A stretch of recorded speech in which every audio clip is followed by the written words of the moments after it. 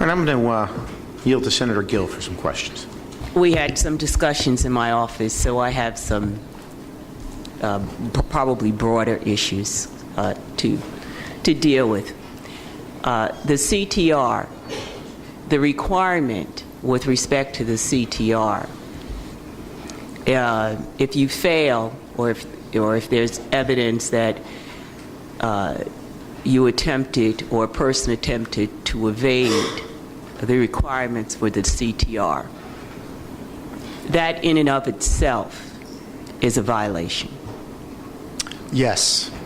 And so it is a violation notwithstanding if you pay taxes on the money, correct? That's correct. And it's also a violation notwithstanding the fact that you could prove that the money was not proceeds from money laundering. That is correct. That's what the filing requirement is there to ferret out and be a mechanism to... Whatever the mechanism may be,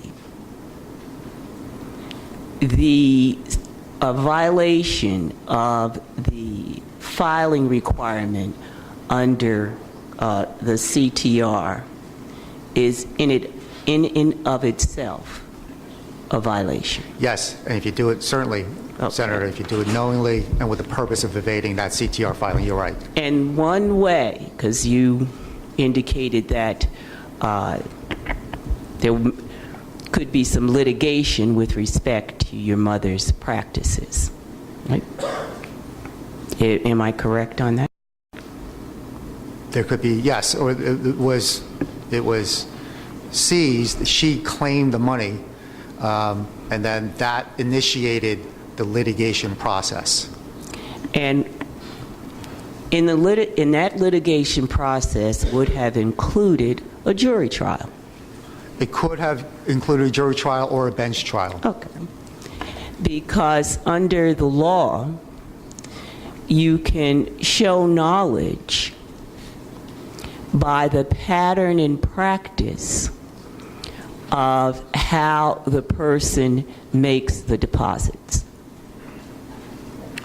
I'm not sure about that specific element, Senator. There may be, the pattern and practice may give rise, in certain circumstances, of an inference of knowledge. Yes, which is enough, one, for the prosecutor to go forward, and also is enough if the jury believed that the pattern inferred knowledge to avoid the filing mechanisms for the CTR.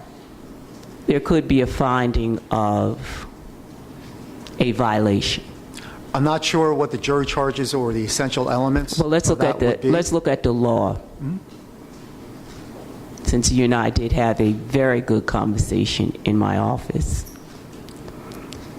Your mother, you indicated, simply picked this number of never depositing more than, at least within this complaint, $10,000.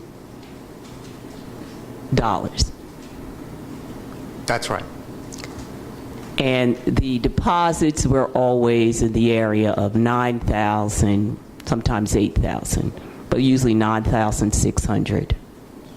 In the $9,000 range, yes. In the $9,000 range. And those deposits did not necessarily reflect the receipts or the money received for any particular day. For any particular, I'm sorry. For any particular day. I'm sorry, I don't understand the question, Senator. Oh, let me reframe it. The deposits reflected, to your understanding, the money from the daily sales at the store? I think the deposits reflected the sales from the store, I don't believe it was a one-on-one. She makes $9,000 today and she deposits $9,000 in another day. It was not like that, no. So that on some days, she could have made a lot more than $9,000, but only deposit $9,000.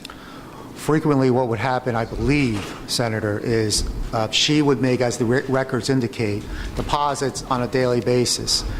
Friday, she would get, obviously, cash transactions Friday, Saturday, and Sunday. So on Monday, she would have the cash that she was not able to deposit over the weekend. I'm So, just trying to yes. find out in real layman's terms. Yes. The magic number of the 9,000. And that number does not reflect all of the money that your mother may have received from the business on the particular day that she deposited 9,000. That's correct, Senator. Okay. And for the amount of money that she did not deposit on that day, she just deposited the 9,000, the other part of the proceeds would be kept in another location? They would be kept at a location. And I'm not asking you, and I want to be clear here because you and I went over this. I'm not asking you what location, okay? But the cash deposits, the cash, over and above the 9,000 on a particular day, that cash, which was not deposited, would be kept in another location. Yes, it would be reserved, yes. Okay. And then the next day or the next time this is reflected, the pattern would continue with respect to depositing $9,800, but that's not necessarily the total amount of the cash that was received. That's right. It would go up and down. But up and down in any excess other than the 9,000 cash would be kept in another location. Yes. Okay. And your mother, I mean, I don't want to mislead, Senator. oh, no, I don't want to be Yeah, misled. it's not another location necessarily. It would be reserved, though. You're right. Okay. I didn't want to get into Right, absolutely. where it would be reserved, so that's why I said that it would be reserved. No matter where it is, it would be reserved. That's right. And it wouldn't be reserved in a bank. That's right. Okay. And your mother, I hate to make this so personal, you know, and I didn't like to keep saying your mother. I understand.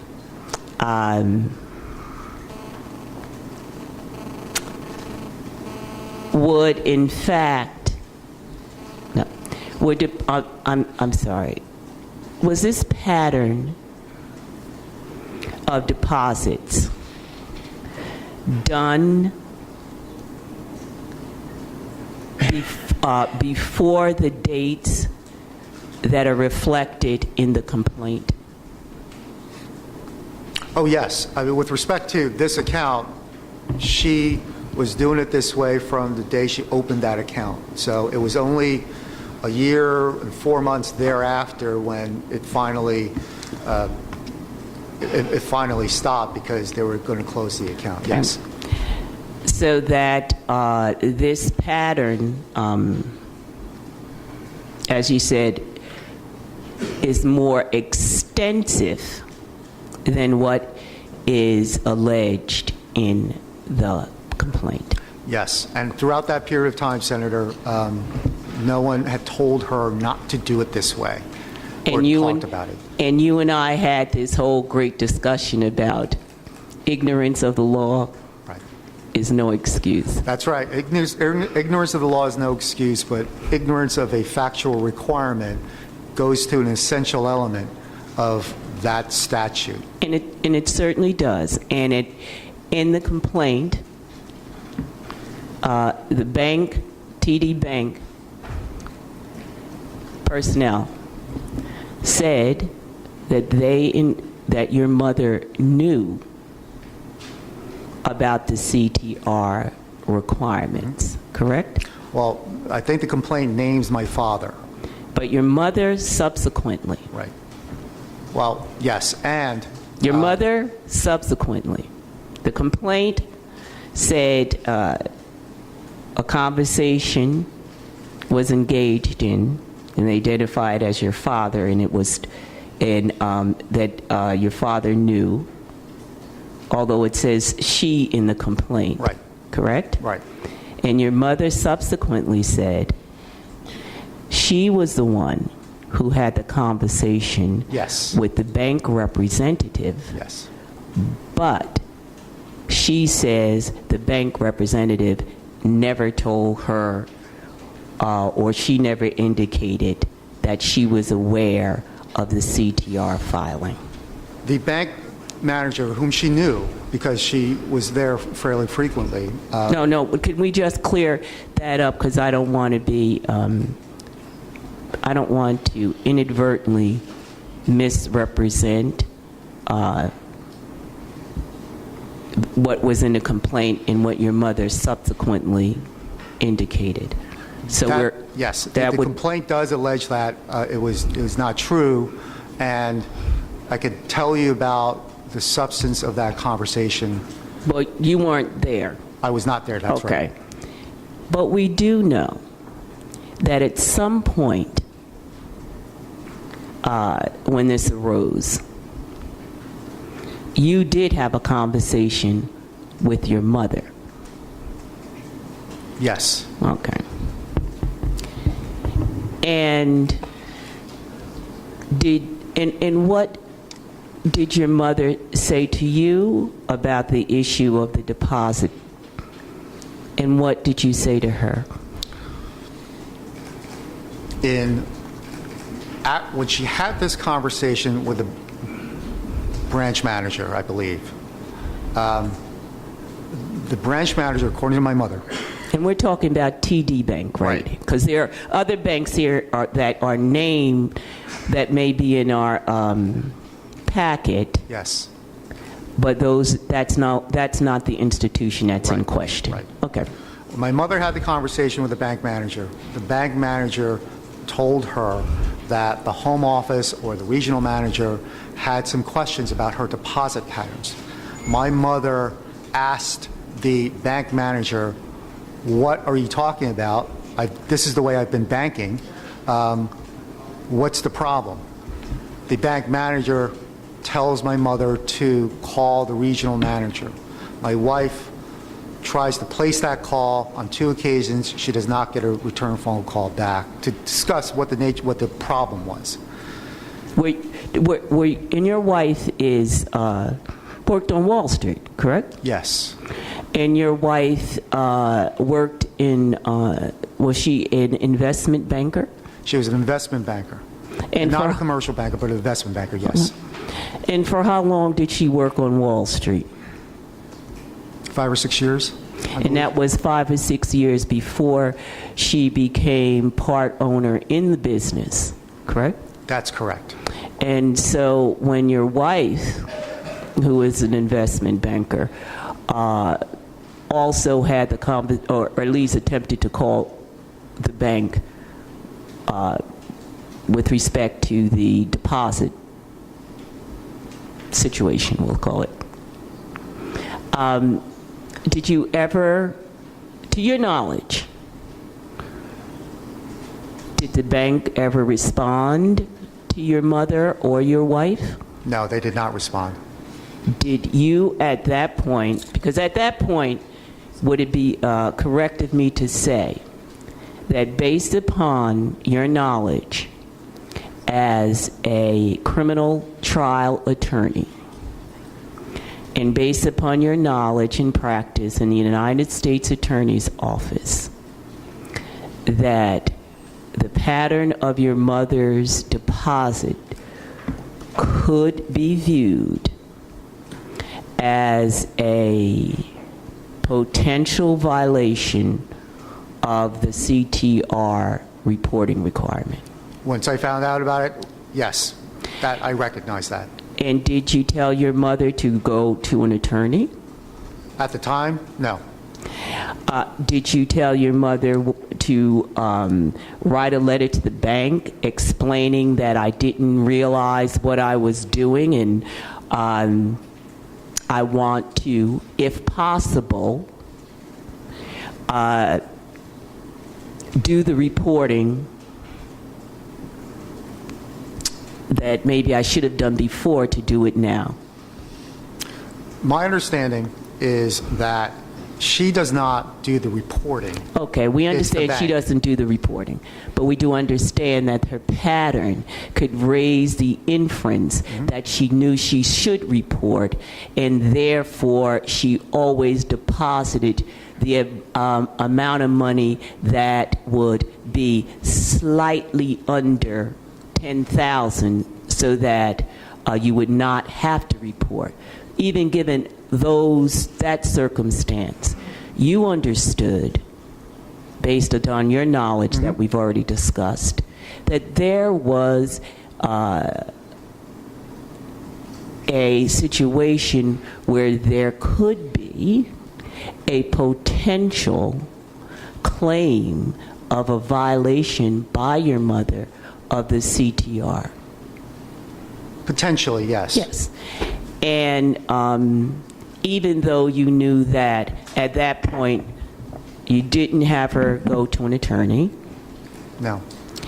when you say that the bank didn't call either your wife, who's an investment banker, back, or your mother, did you instruct either your wife or your mother to write a letter to the bank just to have on file that, look, these are the ways, I've made these deposits, you have raised concerns about them, but I didn't know anything about the CTR, and we didn't mean to make these deposits in order to avoid the CTR. Just so that, I guess as lawyers, we always say, you know, when you see a problem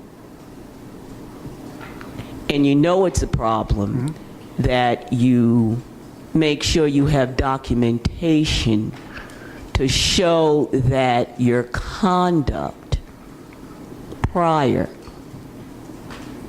was not intended to evade anything, just like a letter, so that now it could be before this committee. So that wasn't done. By the time I learned about it, but by the time I had that discussion with my mother, the bank, I believe, was about to close the account. So I did not know, and I've never heard of a mechanism, even in my experience, where you would send a letter to the bank and they would keep it on file for that purpose. But at least you would have it on file for the very purpose that one could assume that if your mother's name is Mrs. Kwon, so we're going to call her Mrs. Kwon. Her identity may be as your mother, but I know I feel better calling her Mrs. Kwon. Mrs. Kwon, and after you then had this conversation with your mother, and we know what wasn't done, did you send her back to her accountant?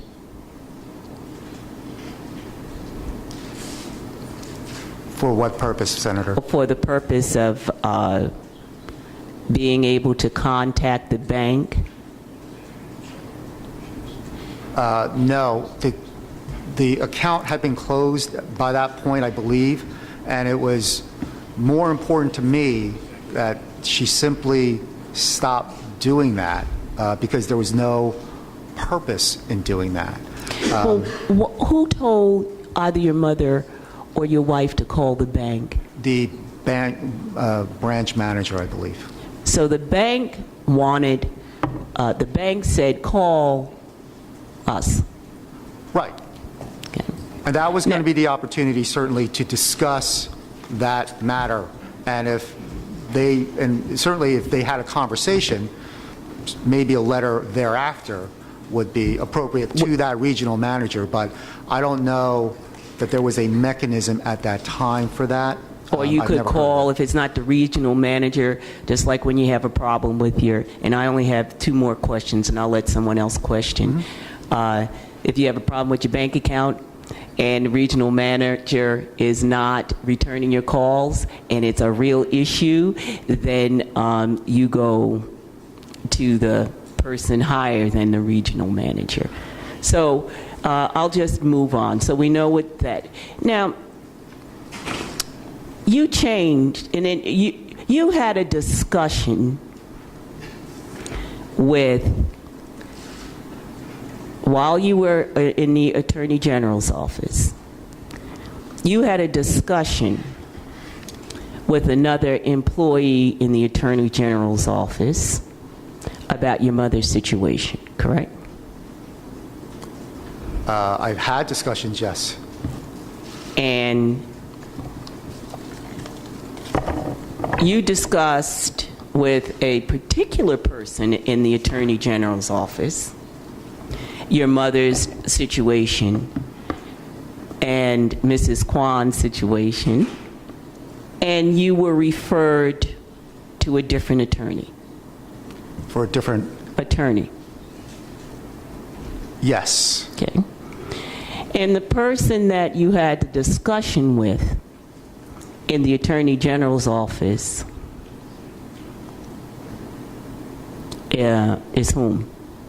Who did you have a discussion with? Mark Ferzan? And Mark, Ferzan. Mr. Ferzan is the executive assistant attorney general, Yes. and he's your supervisor. No. Is he the highest ranking member of the attorney general's staff after the attorney general? No. Okay, what is the executive assistant attorney general? Going by numbers, he would be the number 3 Okay. after the Attorney General and the First Assistant. Okay, so even though he appears in the photo array, I can't say photo array for prosecutors, but even though you feel in the photos as number 2 here. So, and Mr.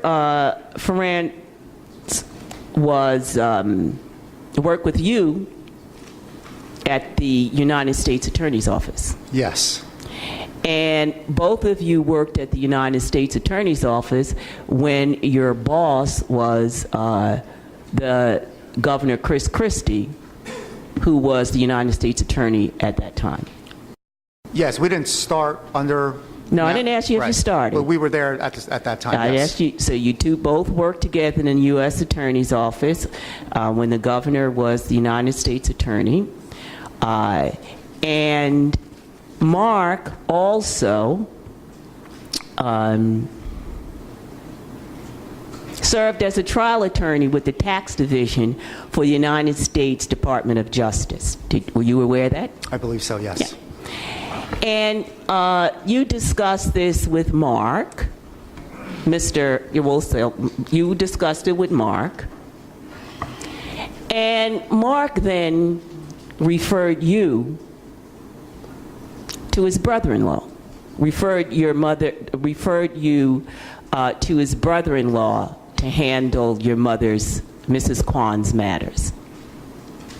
He recommended that I speak with his brother-in-law, who was an attorney in New York, who had been in our office as well at the U.S. Attorney's Office. And who also he referred you to, and I'll just speed this up. He referred you to Mr. Carney. Yes. Mr. Carney is his brother-in-law. Yes. Mr. Carney was a U.S. attorney, and he worked with you and Mr.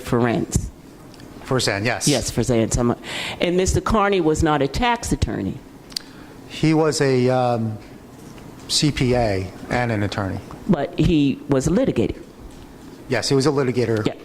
And he was a litigator, and he also was a litigator with respect to criminal matters, right? Yes. And when he referred you to his... I'm sorry, at the U.S. Attorney's Office or now? You were at the U.S. Attorney's Office. Yes, he was in the criminal division. He was in yes. the criminal division. And when you had this discussion in the Attorney General's office, and that referral was made,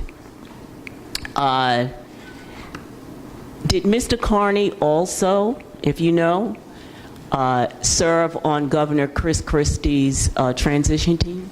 I have subsequently found out that he did, but at that time I did not know. And in fact, you changed attorneys for your mother. You became aware in July that there was a chance that you would be on the, at least considered or nominated to the Supreme Court. I think around July into August, yes. And you changed attorneys after you were aware that there was a possibility that you would be nominated and sit on the Supreme Court. Now, yes, and I did, and that was not for purposes of the court in any way, but I was, and my mother was dissatisfied with a prior attorney. And I have just two more questions, and then I'll move to someone else. When the U.S. Attorney's Office chose, because I asked you this question, why did your mother settle, and what was the position of the U.S. Attorney's Office in terms of litigating Mrs. Kwon's issues? So so I'll ask you this, what was the U.S. Attorney's Office position in terms of litigating Mrs. Kwon's issues? I'll ask it more direct. Okay. Were they going to proceed against your mother in court? Well, they had offered, once they had the meeting with my mother's attorneys, and my mother's attorneys were able to show through the records that there was no money laundering, no tax evasion, they offered to settle the matter for a 50, I guess, for about 45% return to my mother. Apparently, from what I understand, that was the policy that they had, that they don't normally give more than 45% unless you are willing to go to trial. So that was my understanding, yes. And we had the discussion that it was your position that this particular office, U.S. Attorney's Office, was pretty aggressive with respect to these kinds of cases, correct? That was my understanding in speaking with her attorneys, yes. And that they were aggressive, in your opinion, because they had an outside firm that was doing collection work. I don't know what the firm was, but that's the understanding I get from the attorney. It started out in the Eastern District of New York, despite the fact that my mother's business was actually in Mount Vernon and the bank accounts were in a Southern District of New York. So I think they picked this up and they do a lot of these types of cases, and a lot of U.S. Attorney's offices do these cases as well. And in fact, it was your opinion that there's more to go into a prosecution by a prosecutor, because when a prosecutor has, I think we called it, or you called it, sweat equity? There's sweat equity. It's a term that we use about investigating cases, and you've now put in work for that case. Yes. And so that if the attorney put in the work in that case, and notwithstanding what may be other issues, that they want to make sure that they get some sweat equity out of the result. I wouldn't want to characterize it, but when that's a term that we in law enforcement use a lot in terms of how we collaborate on cases and things of that nature. It's a sweat equity.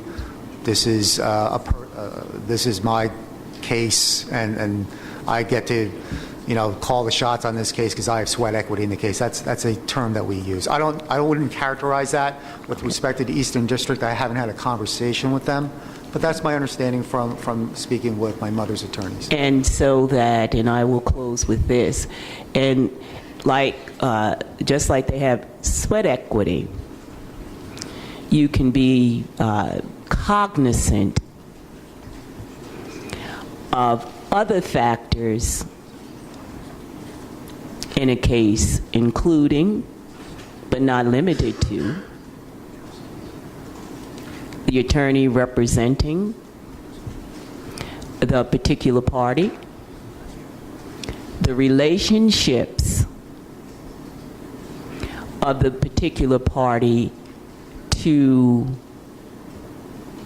the law enforcement legal community. And so, where there have been, in that you don't have to answer because that was me editorializing. And so, when you look at the cases that have been prosecuted, where the facts are almost exact in terms of the structuring as Mrs. Kwon's, those cases, and we have a list of them here, those people were prosecuted.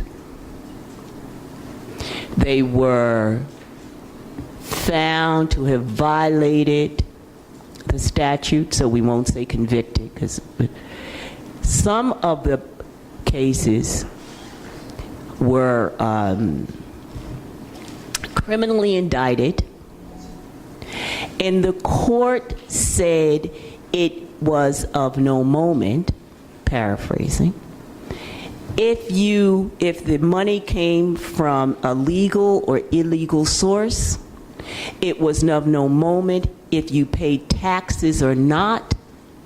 They were prosecuted on the pattern and practice of making multiple deposits in a fashion that would not trigger the CRT. So if you look at the cases, and I have the names for the record, the conduct was the same, but they paid a much different price. And with that, at this time, I have no further questions. Thank you. If I may, Senator, on that. Sure. I'm sorry. This case, my understanding it began as a civil matter.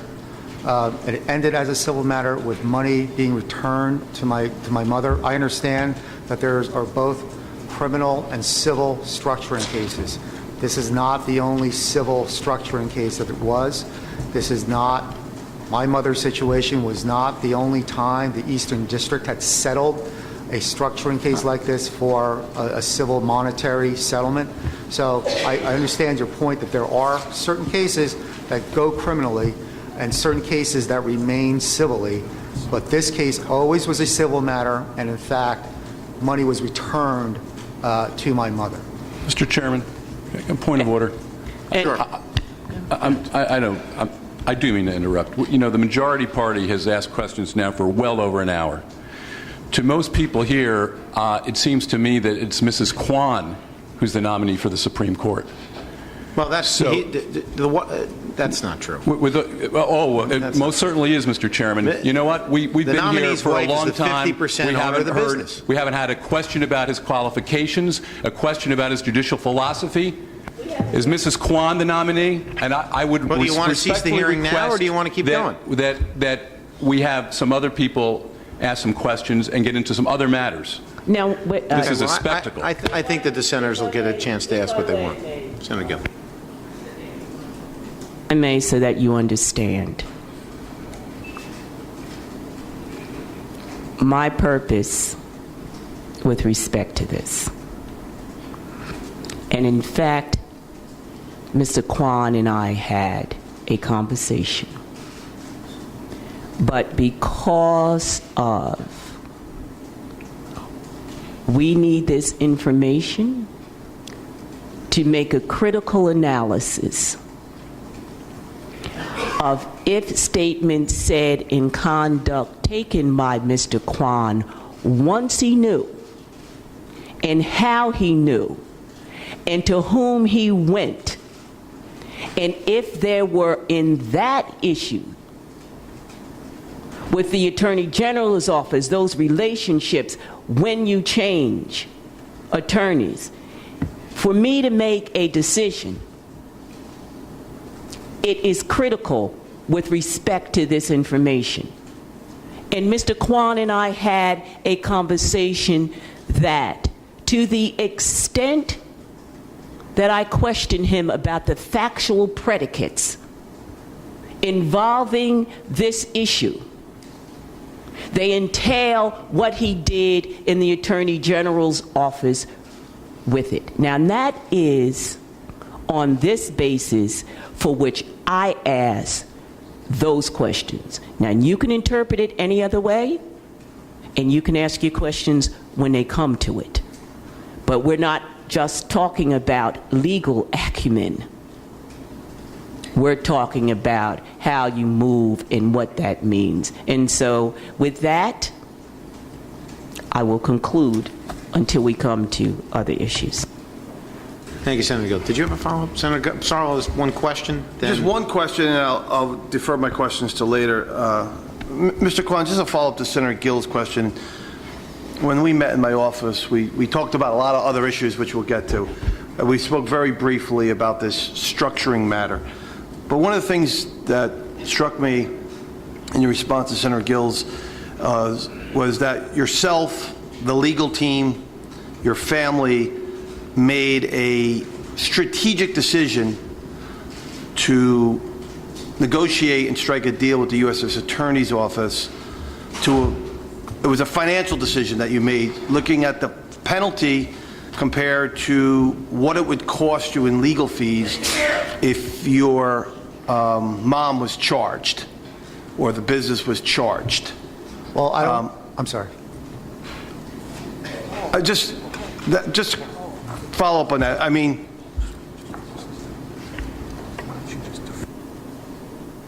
Chair, is there a question pending? Because I missed it. Okay.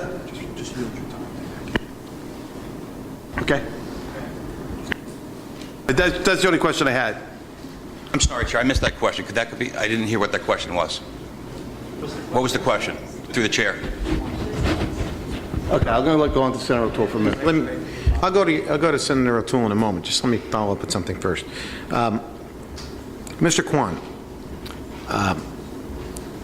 you've made statements that this was a minor technical matter, and that this case might not have been brought here in New Jersey of any nature. Now, I want to go to the public record complaint. The preliminary statement indicates this is an action to forfeit and condemn the use and benefit of the United States, a violation of several different statutes that they cite. Pursuant to United States Code Section 5313 and its related regulations, when a domestic financial institution, including banks and money service businesses, is involved in a transaction for the payment, receipt, or transfer of United States currency in an amount greater than $10,000, then the institution shall file a currency transaction report. That's what the CTR is that we've been talking about. For each transaction, for each cash transaction, such as, by way of example, deposit, withdrawal, exchange, or other payment through or to a financial institution. And then it later goes on, the complaint in Section 9 says that pursuant to Section 5324 of the United States Code, it is a crime for an individual to cause or attempt to cause a domestic financial institution to fail to file a report required under Section 5313. Cause or attempt to cause a domestic financial institution to file a report required under the same section that contains a material omission or a misstatement of fact.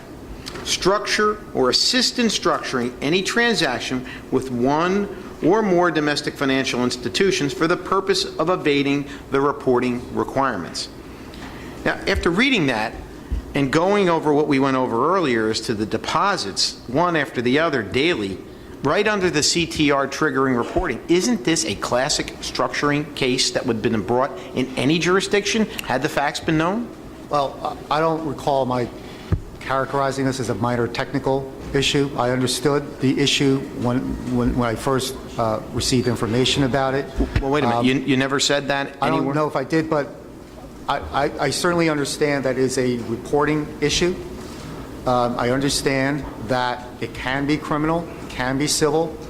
I had nothing to do, and I know my mother's attorneys had nothing to do with the decision of the Eastern District of New York to keep this to initiate this as a civil matter, to continue it as a civil matter, and settle it in a civil manner, and agree that there was no finding of liability and no admission of liability on the part of my mother. Certainly, in the whole universe of structuring laws, there are many cases that are criminal. There are many cases that are civil. But simply because this remained a civil case does not mean that it was criminal in any nature. The Eastern District made that decision to give that money back. Well, would this case have been brought in New Jersey? I don't know. Oh, you worked at the United States Attorney's Sure. Office. Could it have been brought in New Jersey? It wasn't as a result of, as you've said to other members in interviews, that this was an overzealous prosecution in another district regarding financial. Chairman, I don't believe I called it overzealous. I understood that these deposits certainly raised red flags. Certainly, the investigation is something that was not something that I had really an issue about. I mean, these deposits certainly raised red flags. But with respect to whether this was criminal or civil, that was a decision done by the Eastern District of New York, and they agreed to make that civil settlement with my mother. At the time this was going on, your wife was the 50% owner of the company, and in some aspects may have kept some of the books. Isn't that right? She helped with the bookkeeping during that period of time? Now she does, but not at that time. Okay. My question is, if you had these deposits that were consistently $9,600, $9,400, $9,700, why was that? Was it exactly the amount? Was it just happenstance that that's what the business was making every single day was $9,600, or was it making $11,000 and $1,500 was going somewhere else? No, as I indicated to Senator Gill, there are times when it was, especially over the weekends, in excess of $10,000. There are times when it was well below $10,000. What she wanted to do was to have a routine of certain types of deposits so that she wouldn't have to think about it again. Well, I don't understand. Time. A routine is you go to the bank every day at the same time. Mm-hmm. You mean a routine number that she just wants to write the same number on the check deposit every day? I mean, I don't understand what you say by routine. I mean, a routine is you go to the bank every day at the same time and you make the deposit that were brought in for that. In fact, businesses have their own separate line. Sometimes they have their own bank area. But I'm not following you when you say she wanted to have a routine, how that has anything to do with the amount that would be put in on a daily basis. I understand your question, Chairman, and I think one of the things that she was thinking about, and it is not a perfect way to think about it, but I think, and this is, she doesn't articulate it this way, but this is what I gather, and it's really for myself. she tried to strike that balance between continually putting the money into the bank account so that she would have funds to make orders and the like, while at the same time not carrying at any given time a lot of cash, because for safety security reasons. She had been robbed before. My father has been robbed. Well, wouldn't it be not- safer to take all the money out every day and put it in regardless of how much it is? Now, if it's well above $10,000, it wouldn't. Why not? In her view. But why wouldn't you put in $12,000 if that was the daily receipts for the day, or $15,000? Because I think if in her mindset, and I'm not saying that it necessarily is the right mindset, obviously, but in her mindset, it was, if I get robbed and I lose $9,000, I would rather lose $9,000 than $15,000. But that doesn't make any sense whatsoever. You're saying that she wanted to have less cash around. And I understand that. A business owner doesn't want to have that much in case they're robbed. But wouldn't it make sense to put it all in the bank every night then, so you have no... you see signs. We have less than $500 on, or $50. The gas stations, liquor stores. We have less than a certain amount. Deposits are made every day. We don't keep a certain cash amount. That flies in the face of sense. If you're saying that she wanted to, for safety reasons, I mean, the only sense that I could see is that whatever comes in that day, you get rid of it at the end of the day with the deposit. Not you even it off to make it just under 10 grand. The cash would not remain in the store. Where did it go? Well, she would bring it home. She would bring it home, but the safety issue for her was she makes those deposits. So she doesn't want to carry that amount of money on her person. You mean carry it to the bank? Yes. Well, she's got to leave it somewhere. Well, that's right. She leaves it either reserves it in a location, or she carries it to the bank. Her concern, I think, in speaking to her, was she didn't want to carry so much on cash on her person at any given time. Now, at that time, your wife's the half owner of this business, and you're the lawyer in the family. You're not involved in any way, stretch of the imagination to tell them what they should be doing regarding the running of this business. Your dad's out of the picture. Your wife's now half owner. You're the husband of the half owner, who's also a big, high-powered U.S. attorney and now the United States State Attorney #2 guy. You don't tell them what to do? When they asked me and when they told me about it, I did tell them what to do. Because, I mean, this is a informed business them. which helped you buy a house that you now live in. That's right. And so when they did tell me, I told them what type of red flags this raised, what a CTR was, why there was a CTR requirement. When my mother said to me, I'm reporting all of this income on my taxes, what is this thing about the CTR? And I explained it to her about the concept of money laundering and tax evasion, why there's this intermediary filing requirement for the government. So when they came to me, I did talk to them about it. But it just doesn't make... no one ever told her keep the cash deposits under $10,000 because that will trigger the reporting requirement? And why would she have ever come up with this figure, $9,700, $9,400, $9,500, day after day after day, without someone advising her that the reporting requirement is triggered at $10,000? It's a question I have asked from the moment I learned about this. The bank was getting these deposits for over a year and not indicating anything to her about this problem. She has an accountant. No one, including the banks, ever told her about this CTR requirement at $10,000. When I learned about it and I told her about it, she stopped. I'm going to go to Senator O'Toole for a little balance, and then I'm going to come back to you, Senator Weinberg.